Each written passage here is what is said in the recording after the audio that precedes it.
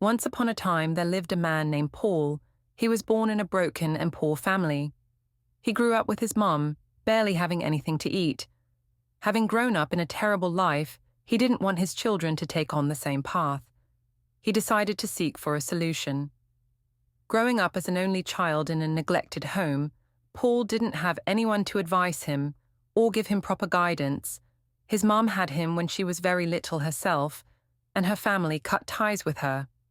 In Paul's desperation, a spirit named Moros appeared to him as he was walking home one day.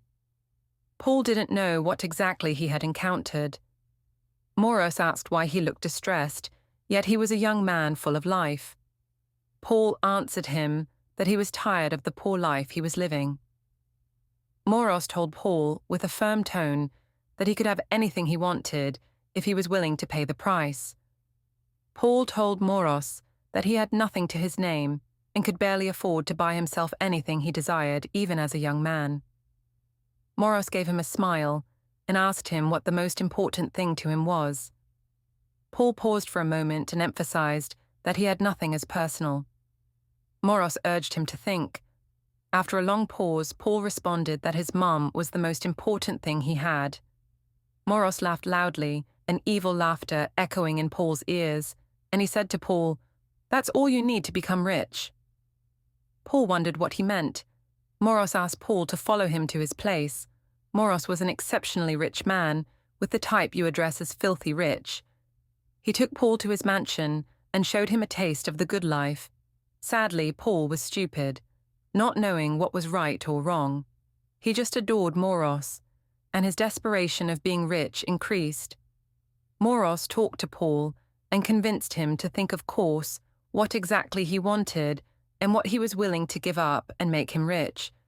He later on sent off Paul with a bag full of money. Paul was excited. He had never held that amount of money in his life before.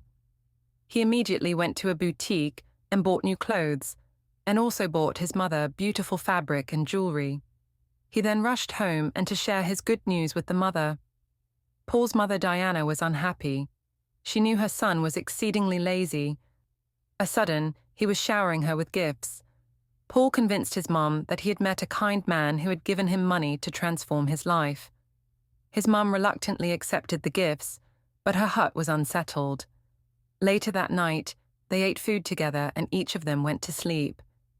In the middle of the night, Diana dreamt of a man strangling her with an evil smile on her face. She woke up sweating and could not go back to sleep. She called for her son in the middle of the night, and Paul came rushing asking Mama what's wrong. She mentioned that she had had a bad dream concerning her life, and that she was scared and did not want to die. Paul comforted his mother and told her that everything would be fine. The next morning, Paul used the remaining balance to make adjustments to his home. He bought new furniture and had the house fully painted. Diana came back home from the garden to an unrecognizable house. Everything in the house was new. He wondered what kind of money Paul received from the stranger. Her heart was not happy with the money. Paul convinced his mother that everything was fine and she needed not to continue working, so had digging to get food for what to eat because he would be taking care of her. After a long persuasion, she accepted and started living comfortably, but she kept on having bad dreams at night. After a few weeks, the money declined. Foolish Paul didn't do anything sensible with the money. He didn't investment it anything. He foolishly spent it all. He decided to go back to Moros for more money. Moros warmly welcomed him, and they had a few drinks together. Moros started the conversation with, "Are you ready to become rich?"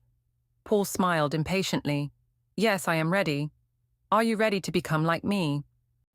Moros got a bigger bag of money and gave it to him. He told him to go home and make his mother happy for the rest of the month. Paul excitedly went shopping and bought his mother all the nicest gifts, and hurried home to his mother Diana. Diana was happy to see her son and received the gifts.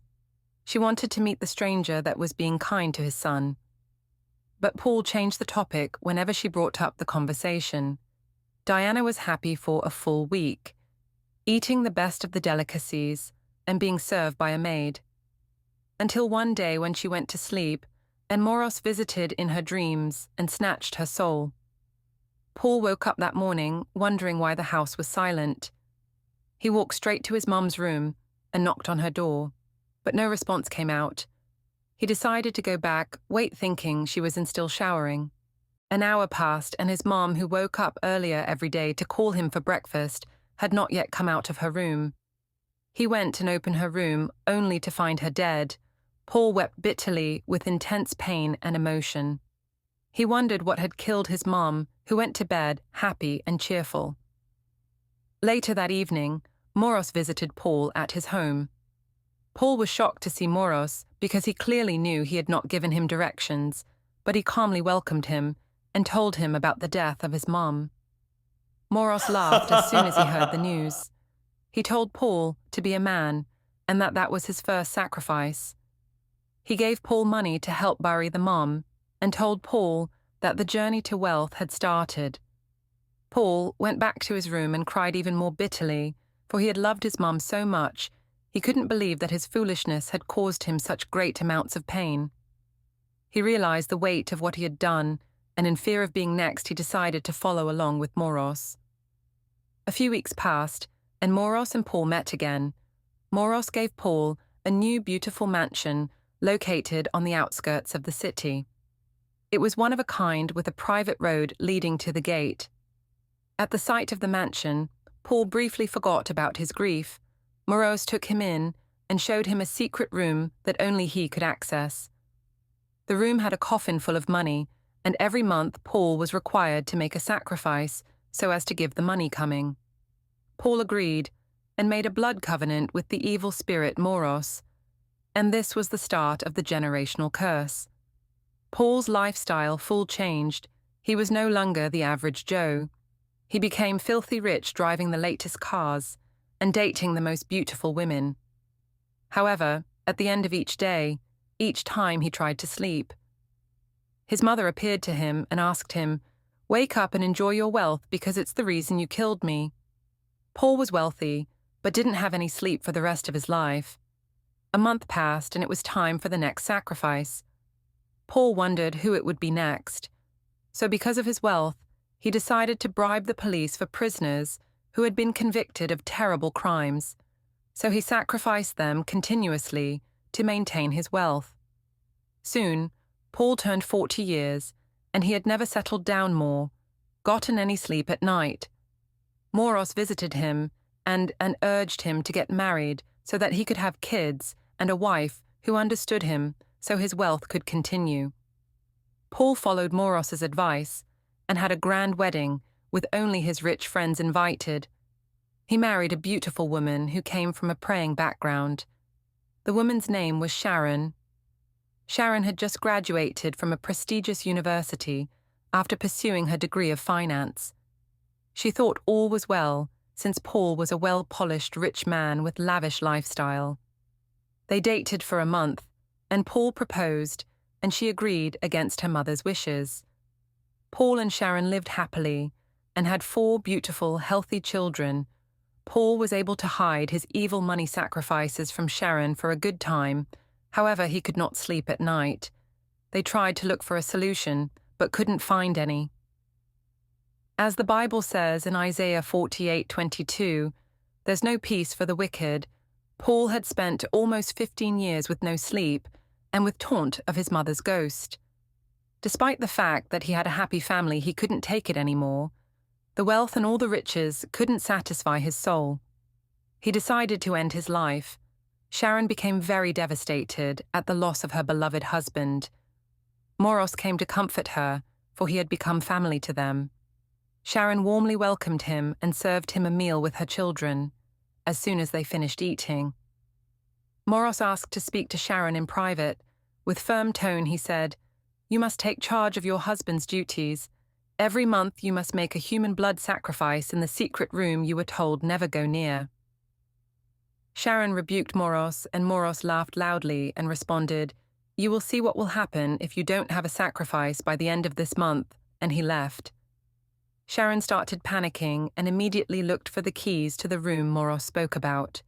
She opened the door, and saw the terror of the Red Room filled with all sorts of sorcery. She screamed and fell to the ground in fear. She cried in anguish, wondering how she never got to know in all the years of her marriage. She started praying for herself and her children, hoping God to intervene and rescue her. Sharon had been living the good life, forgetting the spiritual life. Her spiritual cup was empty, and her words in prayer carried no weight. She needed much more courage and faith to overcome such power. She decided travel to the village and visit her parents. Her mom welcomed her warmly and comforted her for the loss of her husband. However, as she was still talking to her mother, Sharon received a phone call from Moros. Moros told her that she had only 1 day left before the month ended, or else spirits will choose one of Paul's descendants. Sharon froze on the phone and her mom asked her what was wrong. Sharon cried bitterly and told her mom everything. As soon as she had spoken to her mom, Moros called again and told her she would pay the price for letting out the secret. Sharon's mom got nervous but stood firm in prayer. She went into prayer and fasting for herself and her children. Later, as the old woman went to sleep, Moros appeared to her and dared to take her life in the dream. However, her spiritual cup was full. Each word of prayer she said was like a blow of fire to Moros. She said in Luke 10:19, "Behold, God has given me power to tread on serpents and scorpions, and over all the power of the enemy, and nothing shall by any means hurt me." Moros flee from her, for every word she uttered held a strong power. She went back to sleep and slept peacefully well, knowing she had won the battle. In the morning, she sat down her daughter and told her to fast and pray with unending determination. Sharon tried to fast and pray, but she was consumed by fear of what she had seen. Her mother told her that faith and fear are parallel, and that her prayers would hold no weight if she had fear. But Sharon was weak. Mentally, fear had overwhelmed her. She couldn't even concentrate in prayer. She said basic prayers and went to sleep later that night. Moros appeared to her. The night told her that it was time for him to collect the sacrifice. Because Sharon was weak and consumed in fear, she couldn't pray for herself and her children. She felt like she had sleep paralysis. She couldn't call her mum for help. She struggled and struggled, but it was too late. Moros had already taken her firstborn son. By the time she woke up from the sleep paralysis, she rushed to check on her children. She woke up the youngest girl, and then woke up her 2 children, only to find out that the eldest son was the one Moros had chosen. She cried bitterly, and everyone came to her and saw her weeping for her son. It was a sad time for the family, and Sharon's faith completely disappeared in her weakest times. She decided to follow Moros' orders, lest she risk the lives for her 3 children. Her mother firmly warned her not to do it, and advised her that from dust we came, and to dust we return, and that the pain and suffering of the human flesh is nothing compared to the eternal life of Christ. But Sharon couldn't listen to her mum, because fear had fully consumed her. She couldn't think clearly, minus thinking of survival for herself and her other kids. She returned to her mansion and called Moros to make a deal. She agreed to continue with her husband's duties and continue making sacrifices. Moros came almost immediately and made a blood covenant with her. He told her that her husband had made a decision to sacrifice prisoner, and she couldn't think clearly, continue with that, or choose something else. Sharon felt sick in her stomach at the thought of sacrificing someone else. She asked Moros how she would access the prisoners, but Moros informed her that with money, everything was easy.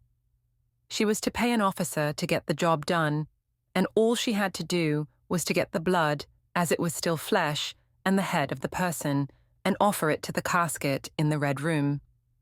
Sharon agreed and continued to live a lavish life with her 3 children. However, she felt empty within, and the pain of her lost son overwhelmed. She cried silently every night, and guilt consumed her every day.